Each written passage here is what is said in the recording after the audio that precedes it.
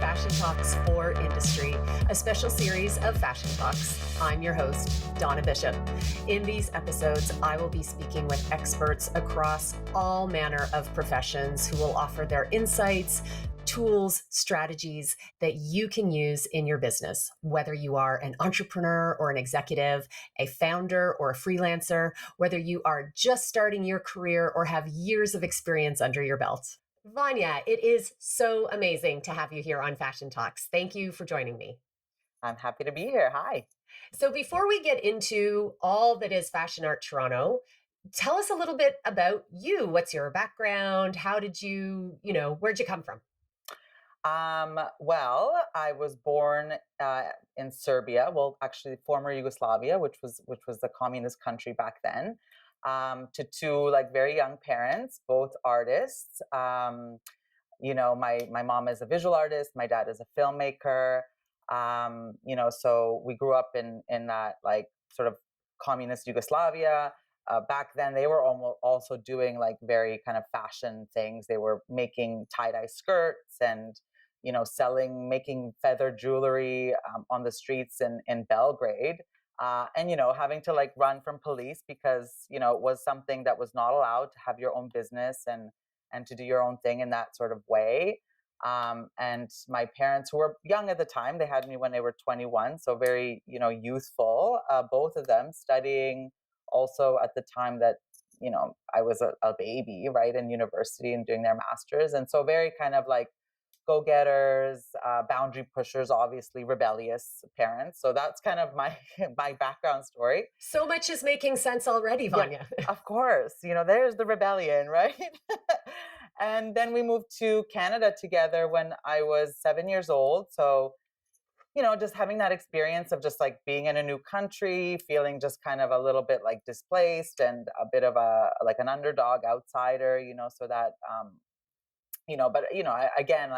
I got into school and I was always inspired by art, thanks to my family and my parents. And then I studied fashion design at Ryerson University. It was between, am I going to go to OCAD for art or am I going to go to Ryerson for fashion? Because both of those two disciplines, because of my parents, really interested me. And I went the way into fashion design, studying at Ryerson. And then from there, I launched Fashion Art Toronto before I finished school. I sort of just, came up with that and off we went. And off she went. Well, before we dig into that, relationship between art and fashion, because that sounds like such bedrock for you and FAT and your history. Can you I have this theory that all of us who love fashion, who work in fashion, have a moment, maybe when we're young, where it clicks for us that fashion, clothing, is more than just covering our body and protecting us from the elements. And I'm wondering if you have a memory of when that domino fell for you, where you went, aha, this stuff, this clothing, apparel business, it actually does way more than I thought. Oh, yeah. And I think that was for me when I was, when I was in high school, and it was kind of you're discovering what you want to do, what you want to be. And at the time, of course I was, influenced by my mother, who is she works a lot with textiles and unusual materials. And she was doing things with fabric, with incense, burning holes in pages of books. She was, using acrylic paint, all of these different mediums. And of course, as her daughter, I would kind of watch what she was doing. And I was like, oh, well, that's interesting. Well, let me take those kind of ideas and see how I can do it with clothing, because I love to dress up. I love to and so I started experimenting with some of these kind of unusual materials. I would take an incense and burn holes into this kind of mesh fabric and then wear that outfit. Or I would, go into the city of Toronto and take pictures of decaying walls. I was interested in decaying walls. I don't know what happened there, but and then I would buy fabric that was kind of mimicking a canvas, how that blackout fabric that you use for curtains and stuff. So I would take that, I would paint all these scenes of decaying walls onto clothes and make jackets and things like that. I would I would stitch like erotic scenes on shirts, like really stuff that was experimental and fun, right? And I think for me, that was the moment that was like, oh, well, fashion can be fun. It can be a way to express. It can be a way to experiment. It can be a way to say something about yourself because, you know, when you wear clothes like that are a little bit odd and awkward or something unusual, people look at you and they stop you on the street and they go, oh, like, where did you get that? Or that's kind of interesting. So it's like a way to start a conversation. It's a way to like also engage with people. It's a way to be noticed and like make yourself kind of seen, I think. And I love the power that clothing can do that and make you feel a certain way, you know? So yeah, I think those were the beginnings. Well, and I think to appreciate that kind of notice me element of fashion, there is an intrinsic confidence inside of people that makes it appealing for them to embrace fashion that way. Does that resonate a little bit for I you? think so. I mean, yeah, we're different types of people, obviously, right? Not everybody wants to be seen and noticed. You know, some people are going to hide with clothing and wear all black and hoods or whatever. And it's all about the way you feel too, right? Might not always want to be noticed. But yes, I think for me as a person that maybe is more extroverted, that was like a joy and a pleasure. Is there anything else besides, because I'm just thinking, I wanted to talk about this relationship between art and fashion for you, but it sounds like there's a little bit of, but it's just always been a thing. Like I don't know what else to tell you. They just are inextricably linked. It's Yeah, always been that I way for think you, it so. sounds like. And for me, it's like always, there's also like another moment where I discovered this like amazing book that was called Unfashion.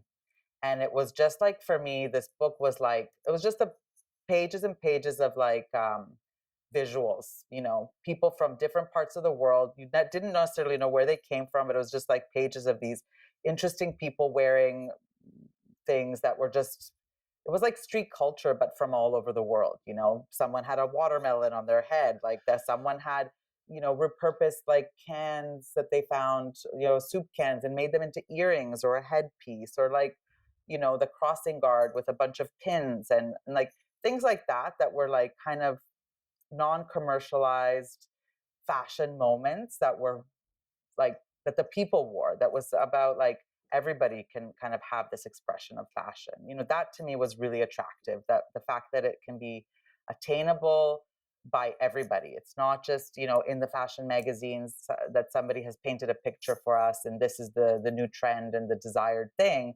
It's about how can we express ourselves through just the things that we have within our own society and our own culture, like from all of the worlds. How are people in the Balkans dressing? Like, how are people dressing? You know, and that to me was fascinating, you know.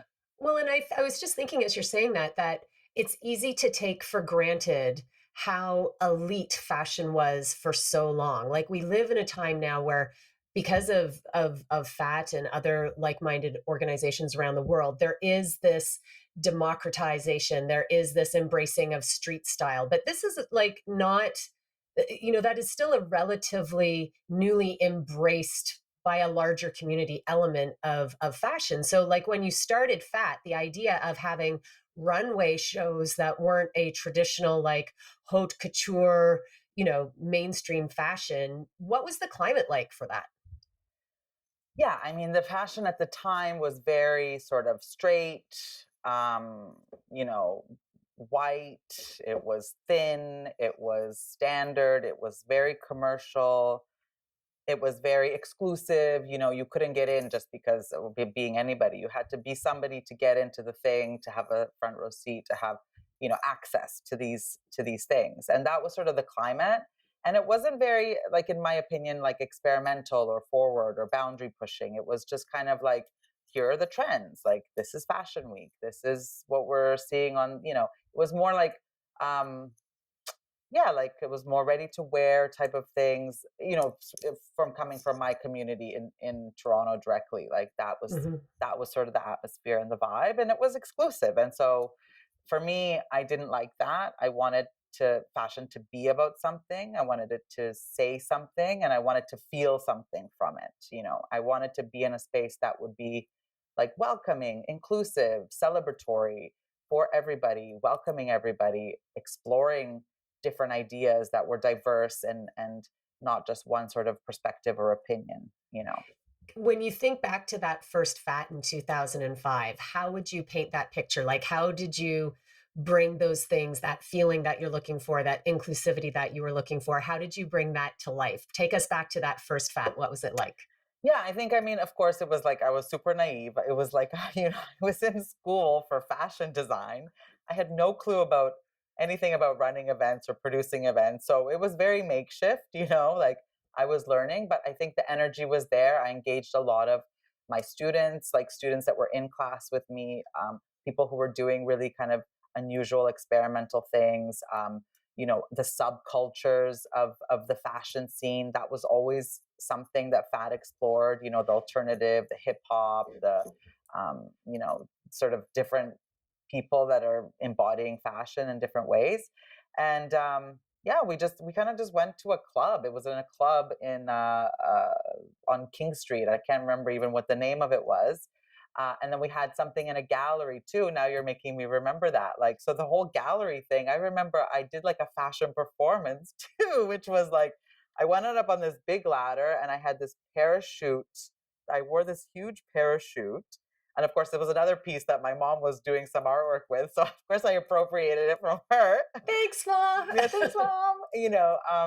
But I got up on this like huge ladder and it was so tall and it was just this giant dress and I gave this like speech about like what fat means, like the meaning of fat, like, and that was my performance, my fashion performance, and that was one of the things. That was the first fat, so it had always those elements of like performance art, video, film, music. We had also bands performing. It was kind of bringing all those disciplines and mediums together. We had an art exhibition as well in that other gallery space. So yeah, that was kind of and I think when you're like youthful like that, you're a young student, like this is the time to like be gutsy, be bold, like do things that are unexpected, right? So that was that moment. I've heard you describe it as super naughty. Yes, it was very, very naughty indeed. Yeah, it is naughty. Fat was a very naughty word at the time. And I mean, I called it fat on purpose. It was supposed to be like, in a way like a nephew to the typical standardized fashion perspective where it was skinny. It was, one type of person always represented.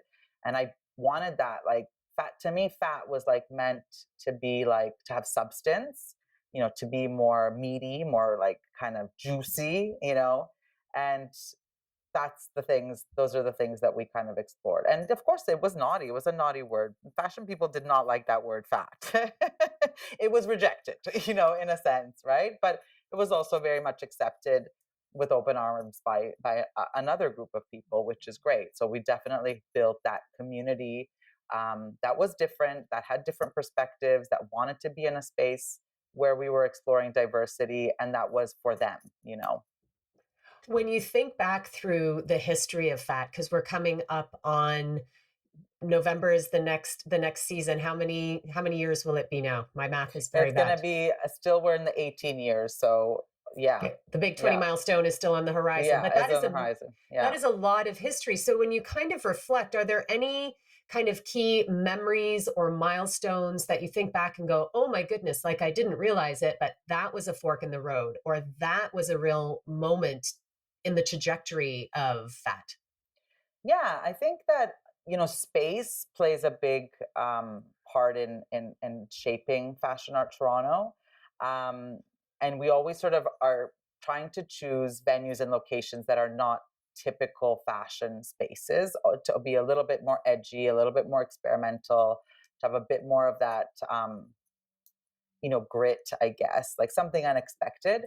And I remember one year, it was our 5-year anniversary, and we found this spot in Liberty Village. At the time was just industrial, and it was Studio City Film Studio. So it was a film studio there in Liberty Village. It was a very, very sort of dark space. And so like, I remember the feeling of going there for an audience member is as if you were going to some like underground fashion rave. Like, where am I going? Where is this? Like, I'm totally out of the way. Like, so there's that there was that feeling, but also what that particular event or space brought was these in the back of the film studio there was these changing rooms, and they were like, for actors and artists, they were like the dressing rooms, right? So we took all of those dressing rooms, and there was about 10 of them, and we made them into it was called the Dressing Room Project. So we invited artists to reinterpret the idea of a dressing room, and they brought sort of like videos and films. Performance was happening in these spaces, and they were sort of like out of the way, so you, as an audience member, you had to really find them and discover them. And so you entered, and there was, in one of them, there was like, this massage table, and they were giving like these massages, and it was like steamy, and it was like a sauna. It was very weird. And another one was like, everybody could write on the walls, and sort of like with lipstick. It was like lipstick mirrors everywhere. It was like things like that. And that was sort of the first time that, we could create this environment that really incorporated art, and it really could become like this immersive, like fashion kind of experience. So that was like definitely a key moment for FAT. And then another, like something else that we did that was sort of made us grow as a festival was inviting international designers and artists to participate in the event. Cool. So early on, we would have like a focus country. So we had, one year we had the Netherlands, one year we had Mexico, Serbia, we did Germany. And so, because FAT really sort of the concept grew from London. Like that was my inspiration of Fashion Art Toronto, was that London scene and the experimentation there. And, Europeans, they have sort of a bit more, it's a different sensibility, right? Yeah, there's a sense of rupture and movement and unexpected, I don't know, juice that it all kind of mucks together in a way that I get what you're saying. Like, as you're describing it, I'm like, it could be in London, it could be in New York. Like, it was not a typical Toronto vibe.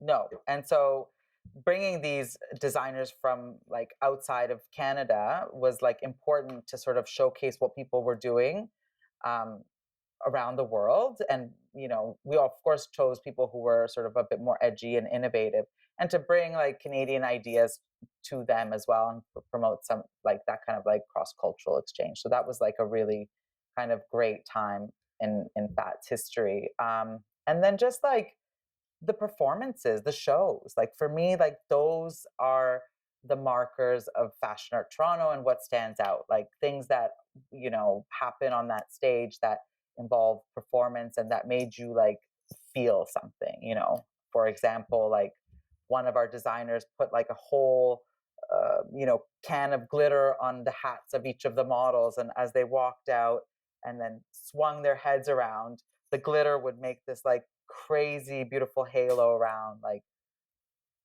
things like that. Or like one year we had Maison Chardon vacuum seal models on the catwalk and provide only little tubes where they could breathe, like things like that were just like, what the, but that's where the envelope moves. Like that's what moves the needle, right? Like if not within these like without creators who are willing to take big swings, like big creative risk swings. Sometimes they're cool, sometimes they might not be as successful, but without those, then we don't grow creatively, socially anyway. Yeah, and it's the ability of these designers to push these boundaries, to say something with their collections, with their presentations, that those like wow moments, like that's kind of what I live for FAT. That's what I want to sort of showcase every season, all the time, Yeah. Talk a little bit more about the importance of the runway show, because, that is still very much an anchor of FAT. It is something that has, had its, ebbs and flows over the years with like social media and live streaming and, AI and stuff like that. What to you is the power of the runway show and why it's still so important? I mean, yeah, I think there's nothing like a runway show, and it's still like the essence of Fashion Art Toronto. We have the runway show is always at the core of everything that we do. And I just think that it's a way for, it has so many different levels and why it's great. It's, designers, first of all, it's a platform for them to kind of share their story and like present their collection and their concept in a way that's like through movement. You're directly there with, your public, and you're sort of talking about your work, and you can incorporate performance, you can incorporate music and sound, and sort of, it's a moment for you as a designer, even if if you're only like doing streetwear and it's simple clothing, it's a way for you to like push the boundaries in that moment, to do something a bit more experimental and out of the box, and also it's like a chance for the community to come together, right? As an audience member, you come to a show, you're not only seeing the show, but you're seeing other people, you're connecting, you're networking, you're seeing the fashion of others, right? Like you're kind of there in the space. I think it's a really important platform that can't be eliminated because we have these sort of like, virtual sort of other ways. It's just something that you experience that's just like magical. It's like a performance, right? When you go to a theater, you don't want to eliminate that. It's because you have movies, it's something completely different, right? You're there, you're breathing, you're living, you're seeing, and all of that. It's the magic of the runway show. How would you connect the dots for someone? Because I'm just imagining like maybe someone is listening in a smaller community and they're like, that all sounds very cool, but like I don't engage in, alternative fashion. I'm very happy in like my, cozy wool sweaters and t-shirts and jeans. How do you explain to people the important connection between fat and what we will buy like in the stores, in the malls? Like, do you make that connection for people? Well, I think like we have such a diverse roster of designers at Fashion Art Toronto. You're not just going to come there and see only sort of wild, out of the box, experimental ideas. We also have ready to wear, streetwear, couture, evening wear. Like there is really everything and something for everyone. And we also curate the event in that way. So like, for example, you want to see only, beautiful gowns and high fashion, you come on a specific night. You want to see more streetwear and edgy experimental, you come on another specific night. So it's kind of curated so that if you do want to see different things, diversity. Last year we had a whole focus on sustainability and showcased, designers who are working with reworked fashions or reworked materials and sustainably focused. So it's a lot of different ideas. I think the point is that it's explored in a more engaging, immersive way, right? So that it's a show. At the end of the day, you're coming to see a runway show and to be inspired and to witness something that you maybe would not have seen before, whether or not you're going to buy that or not, right? And that designer may have created this look just for the runway, but then you go on their website and then you can buy like a basic t-shirt. And that's sort of like, there's the two different ideas there, but you're buying something from them, from this concept, from this idea. You're buying their brand at the end of the day, right? Well, and just continuing to reinforce the power of that unity between art and fashion as art, and how, working in a creative space just has ripple effects that we can't predict all the time. Absolutely. Absolutely. Yeah. And speaking of things that aren't predictable, I want to talk about fat and the pandemic, because, this was a upending time for all of us. What was it like for you looking down the barrel of the next season being not that far off and lockdown happening in Toronto? What went through your mind? What was it like for you at the beginning when that started? Yeah, that was a very interesting time indeed for I everyone, love for how us we have too. this space now where we Yeah, kind of yeah, laugh and say, yeah, it was kind yeah, of an interesting yeah. time. Yeah, I know. Well, actually, it was interesting because this was our 15-year anniversary that time, and as a way to celebrate, we came up with this theme, because fat is very much a community, right? And togetherness and all of that, supporting each other. So we came up with this theme, and it was called "We Are All in This Together." So this was our theme. You're so prophetic, Vanya. And then the pandemic hits, and this is echoed everywhere across the world, so it's kind of like timely, I guess, that this happened. But no, my feeling was like, I have to do something. Like, I can't sit still. I have to do something. Let's continue. Let's create. Let's everybody was shut down, and we started, like, obviously when the a little bit of the restrictions were being lifted, we're like, okay, let's go. Let's put together like a small crew. Let's work with these limitations. Okay, we can't be in a venue. Like, what can we do? So we can go outside. We can find spaces outside. We can be in nature. And sort of these like limitations provided a lot of creativity, actually, because now we didn't have an audience. We didn't have big sound and lighting and technical and all of these things that with an event, that you just had nature and the elements to really work with, and a small crew, your designers and models. And so the first show that we ever did was also like during the Black Lives Matter movement. The first show we ever did was with L'Uomo Strano, queer Black designer who really, throughout his work and throughout the history of fat, has always talked about Blackness and queerness in his collections.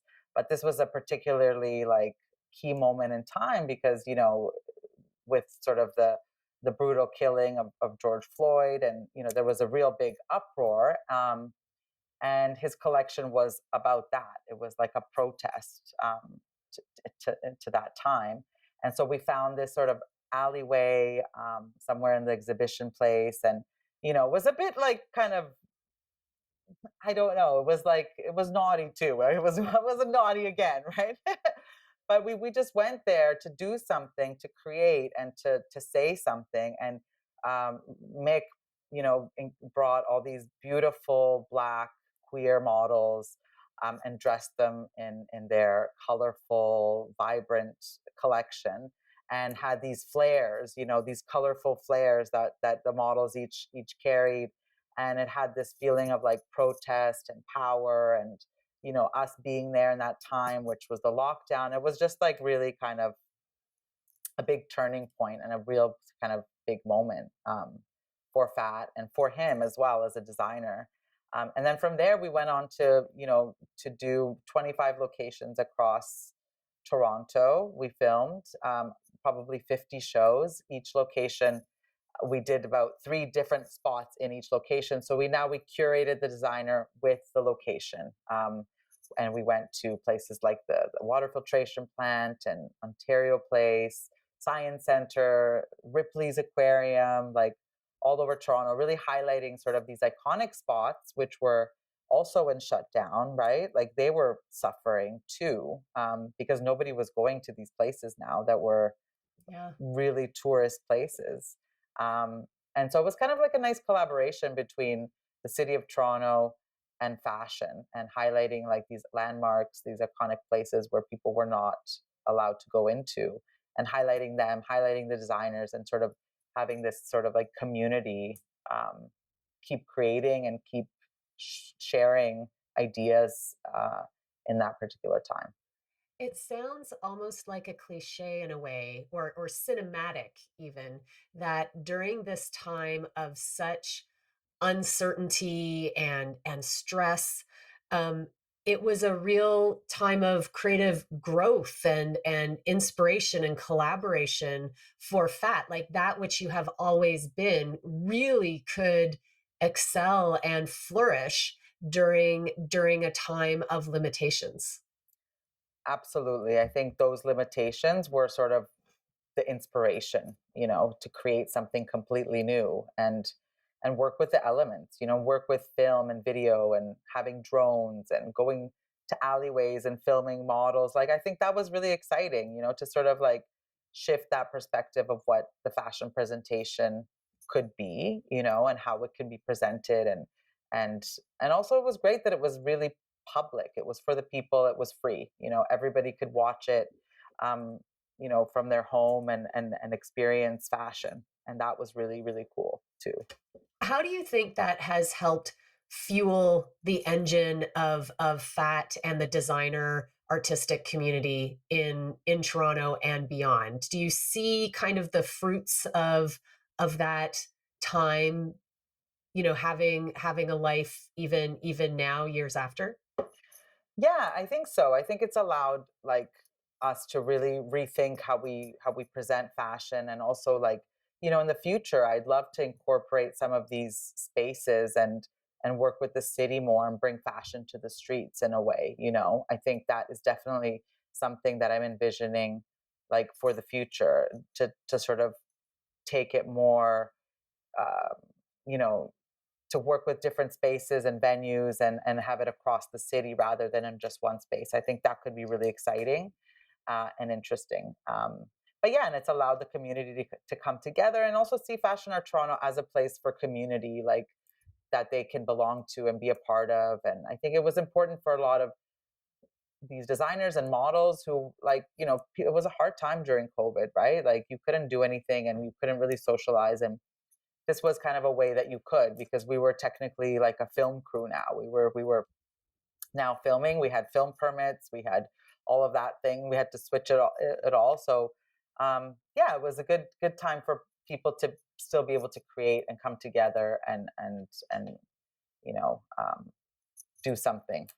Well, and it seemed to me that there was a kind of shift of an appreciation of fat evolved into fat is like an anchor. Like it is an essential part. It's not this like cool fringe thing that happens. Like it seemed like there was this kind of growing understanding of the essentialness of fat for the fashion community. Yeah, and I think part of that too was not just COVID and the fact that we sort of continued, but it was also like in that time of COVID, we had Black Lives Matter, we had the body positivity movement. And so, this sort of like the notions of diversity and inclusion really came into play in fashion at that time. And then we were like, hey, we've been doing this for like, 15 years now. So, We're yeah, not new, look, FYI. look at us. But, so it was, I think, that realization from the community that, oh, wait a minute, Fashion of Toronto has been pushing these ideas forward for years and years and years, has been a place for people who can be themselves. Like, we've had so many trans, gender fluidity. This is like sort of what we've been doing from the beginning. Various bodies, explored it at Fashion Art Toronto. So I think all of that together kind of combined, like, allowed fat really to, be elevated in the eyes of the fashion community finally. So that's good. It only took 15 years in a Yeah, pandemic, but you hey, know you know what? what? Whatever. Hey, you just got to keep going, right? Sometimes if you're ahead, it takes time for people to either, for those ideas to catch up, or, just for you to be embedded in the culture for that long, for you to make yourself heard. It just takes time, right? Oh, well, being a pioneer, being the first does not mean it's the easiest path or the path of, you know, uh, acceptance in a really expedient way. It can often be the most challenging Yeah, path. for sure. Yeah, but then now it's rewarding now, because like now I'm after that the pandemic, just first time being in a space and at the design exchange, and we created a runway that was like, okay, now we're going to highlight the audience. Like, it's all about the audience because we missed you guys so much. Like, so the audience was everywhere, was in view, was on the camera, and just like looking at that audience and going like, wow, like these are the people I want to attract. They're diverse, they're from everywhere, they're bringing their fashion, they're wearing, what they feel like they're expressing themselves in, right? And I just felt really proud in that moment of the event, and how far it's grown and who it's really attracted. We're coming up on the next fat season. For people who have never been or are listening and can't come, without giving away, secret awesomeness, how would you describe, like, what can people anticipate from the next fat? Yeah, imagine it's like a place where you can go with your girlfriends, you can hang out with your friends, you can, dress up, be fashionable or dress what you feel comfortable in, see some amazing art from installations to photography to fashion films. You can shop over 20, 30 Canadian brands in our pop-up shop. You can meet people. It's a place that um, is a really open to communication. Like you go into the space and people are like, "Oh, hey, who are you? What are you wearing? What's this? What's that?" Like there's a real openness and friendliness to the space and the environment, whether or not you know anything about fashion or not. And then, you come and you see like amazing fashion shows.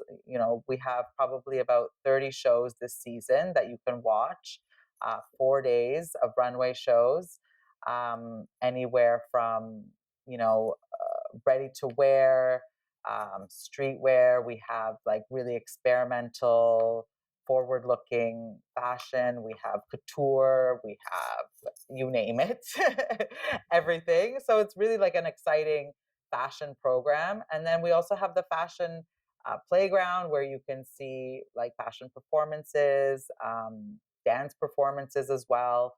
You can also go on stage and walk a little bit of the catwalk and capture images of yourself and take pictures. So it's just like a fun, immersive time to discover art, to discover fashion, and to just have a great time and be inspired. Well, and we'll put a link in the show notes for if people are in the area or want to travel in and get tickets and check it out. We'll put that link below. Vanya, thank you so much for being here. The fashion community needs you. Thank you for Thank you. everything that you're doing for fashion and inclusivity and diversity and communities all around the world. Where can people follow along to connect with you, to learn more about FAT, and just be a part of the Fashion Art Toronto orbit and community? Well, they can visit our website, fashionarttoronto.ca, or on our Instagram page. We tend to post recaps there. If you're not able to attend, you can watch some of the fashion recaps, best dressed, clips from the runway, and that's on our Instagram page at Fashion Art Toronto. Amazing. Thank you so much for being here today, Vanya. Thank you so much. Thank you so much for being here today.